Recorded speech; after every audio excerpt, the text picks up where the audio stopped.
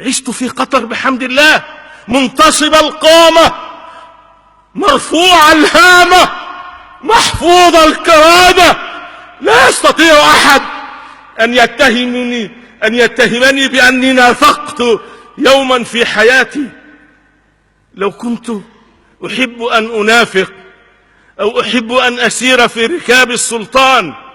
لبقيت في موطني الأصلي،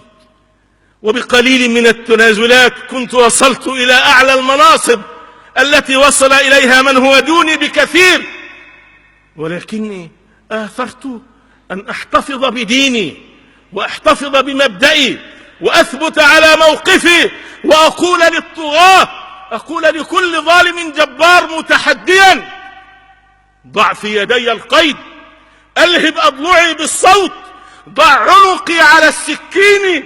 لن تستطيع حصار فكري ساعة أو نزع إيماني ونور يقيني، فالنور في قلبي وقلبي في يدي ربي، وربي ناصري ومعيني، سأعيش معتصما بحبل عقيدتي وأموت مبتسما ليحيا ديني. هكذا قلت للطغاة ولا زلت على موقفي. أنا لا أداهن في ديني،